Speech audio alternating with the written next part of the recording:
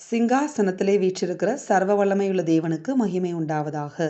கிறிஸ்துவுக்குள் அன்பான உங்கள் ஒவ்வொருவருக்கும் என் அன்பின் வாழ்த்துதலை தெரிவித்துக் கொள்கிறேன். இந்த நாளுக்கான கர்த்தருடைய வார்த்தை பிலிப்பியர் 4ஆம் அதிகாரம் 13வது வசனம்.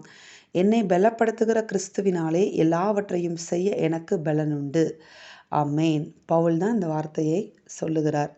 ஆமேன். இந்த வார்த்தையின் மூலமாக கர்த்தர் நம்மிடம் சொல்லுகிறார், நம்மை அவர் பலப்படுத்துகிறவராய் இருக்கிறார். எதற்காக பலப்படுத்துகிறார் அப்படின்னு நீங்கள் பார்த்தீங்கன்னா, எல்லாவற்றையும் செய்வதற்கு நம்மளை பலப்படுத்துகிறார். எல்லாவற்றையும் செய்ய அப்படின்னா, நமக்கு விருப்பமான எல்லாவற்றையும் செய்வதற்காக அல்ல. பவுல் என்ன செய்து கொண்டிருந்தார்? தேவனுடைய சித்தத்தை செய்கிற ஒரு மனுஷனாக, ஒரு ஊழியக்காரனாக பவுல் காணப்பட்டார். கர்த்தருடைய ஊழியத்தை தான் செய்தார். ஆனால் கர்த்தருடைய ஊழியத்தில் கர்த்தருடைய சித்தத்தை செய்கிற ஒரு நல்ல ஒரு அப்போஸ்தலனாக பவுல் காணப்பட்டார்.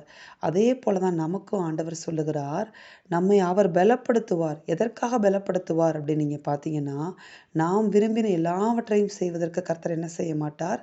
நம்மை பலப்படுத்த மாட்டார். அது நம்ம மாம்சீக பலனை கொண்டே நம்ம என்ன செய்யலாம்? நம்ம விருப்பம் போல நம்ம நடக்கலாம். ஆனால் கர்த்தருடைய சித்தத்தை நீங்களும் நானும் செய்யணும்னா, அதுக்கு கர்த்தருடைய பலன் மிகவும் அவசியம். நீங்கள் ஒரு வீட்டுக்குள்ளே இருந்தாலும் சரி, வெளியே போய் வேலை பார்க்குறவங்களா இருந்தாலும் சரி, தொழில் செய்கிறவர்களாக இருந்தாலும் சரி, கர்த்தருடைய ஊழியத்தையே செய்கிறவர்களாக இருந்தாலும் சரி, அதை செய்வதற்கு கர்த்தருடைய பலன் மிகவும் முக்கியம். அந்த கர்த்தருடைய பலனை நீங்கள் சார்ந்து கொள்ளும்போது, கர்த்தர் என்ன செய்வார்னா, அவருடைய பலனை உங்களுக்கு கொடுப்பார். அவருடைய சித்தத்தை நீங்கள் இருக்கிற எல்லைகளில் செய்வதற்காக. ஆமேன். உங்களுடைய விருப்பம் போல் நடப்பதற்காக அல்ல, கர்த்தருடைய சித்தத்தை செய்வதற்காக. கர்த்தருடைய சித்தத்தை எப்படி நம்ம அறிந்து கொள்ள முடியும்?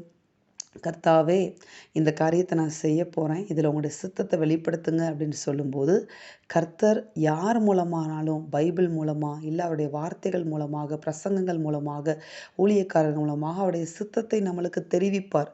அவருடைய சித்தத்தை அறிந்து அந்த சித்தத்தை நாம் செய்யும்போது, அந்த சித்தத்தை செய்வதற்கான பலனை கர்த்தர் உங்களுக்கு கொடுத்தருளுவேன் என்று இன்றைக்கு வாக்கு பண்ணுகிறார். அதனால் எந்த இடத்துல நீங்கள் சோர்ந்து போய் நின்று கொண்டு இருக்கிறீங்க? ஆவிக்குரிய வாழ்க்கையில் சோர்ந்து போயிருக்கிறீங்களா? இல்லை உலக பிரகாரமான லைஃப்பில் பல பிரச்சனைகள் நிமித்தமாக சோர்ந்து போயிருக்கிறீங்களா? இன்றைக்கு ஆண்டவர்கிட்ட சொல்லுங்கள், இந்த சூழ்நிலையில் நான் உங்கள் சித்தத்தை செய்ய விரும்புகிறேன் ஆண்டவரே, உங்கள் சித்தத்தை எனக்கு வெளிப்படுத்துங்கப்பான்னு சொல்லி நீங்கள் ஜெபித்து நிற்கும் பொழுது, கர்த்தர் உங்கள் வாழ்க்கையில் அவர் உங்களுக்கென்று வைத்திருக்கிற விருப்பத்தையும் சித்தத்தையும் வெளிப்படுத்துவார். அதை செய்வதற்கான பலனை கர்த்தரே உங்களுக்கு தந்தருளுவேன் என்று அவர் வாக்கு பண்ணுகிறார். ஆமேன். நம்முடைய ஆண்டவராகிய இயேசு கிறிஸ்து கூட சிலுவையை சுமப்பதற்கு முன்பதாக அவர் ஆண்டவர்கிட்ட ஜெபிக்கிறார். இந்த பாத்திரம் என்னை விட்டு நீங்குமானால், நீங்க கூடுமானால் நீங்கட்டும்னு சொல்லி பிதா கிட்ட ஜெபிக்கிறார். அப்பொழுது பிதாவானவர் அதுதான் அவருடைய சித்தம் என்பதை தேவனுக்கு வெளிப்படுத்தி, இயேசுவுக்கு வெளிப்படுத்தி ஒரு தூதனை பலப்படுத்தும்படியாக அனுப்புகிறார். அதன் பிறகு பாருங்க, கர்த்தர் அழகாய் அந்த பாதையில், சிலுவை பாதையில் கடந்து பிசாசை ஜெயித்தவராக, மரணத்தை ஜெயித்தவராக, உயிர்த்தெழுந்த கிறிஸ்துவாக நம் மத்தியில் வெளிப்பட்டார் இல்லையா? அதே போல நம்முடைய பாதைகளை நாம் ஜெயிக்க வேண்டும் என்று தேவன் விரும்புகிறார். அதற்கு அவருடைய பலன் தேவை.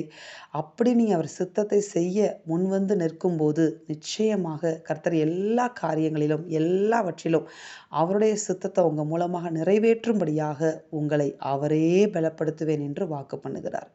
ஆமேன். அவருடைய பலன், பரிசுத்த ஆவியின் பலன் உங்களுக்குள்ள நிறைவாய் கடந்து வரும். அவருடைய சித்தத்தை நீங்கள் அழகா ஒவ்வொரு எல்லைகளையும் செய்வீர்கள். செய்து அவருடைய நாமத்துக்கு மகிமையாக உங்களை நிறுத்துவார். ஆமேன். நாம் ஜெபிப்போமா? எங்கள் அன்பின் பரலோக பிதாவே, நீர் கொடுத்த இந்த வார்த்தைகளுக்காய் உமக்கு கோடி ஸ்தோத்திரங்கள். இந்த வார்த்தையின்படியே ஒவ்வொரு நாளும் ஒவ்வொரு நொடியும் உம்முடைய தயவுள்ள சித்தத்தை நாங்கள் அறிந்து அதை நாங்கள் செய்வதற்கு எங்களுக்கு தேவையான எல்லா பலனையும் சத்துவத்தையும் தேவரீர் ஒவ்வொரு நொடியும் எங்களுக்கு கொடுத்துள்ள வேண்டுமாய் நாங்கள் செபித்து மன்றாடி உங்கள் கரத்தில் ஒப்பு கொடுக்கிறோம். இந்த நேரத்தில் பலனில்லாமல் காணப்படுகிற ஒவ்வொரு பிள்ளைகளையும் தேவன் நீர் பலப்படுத்துவீராக.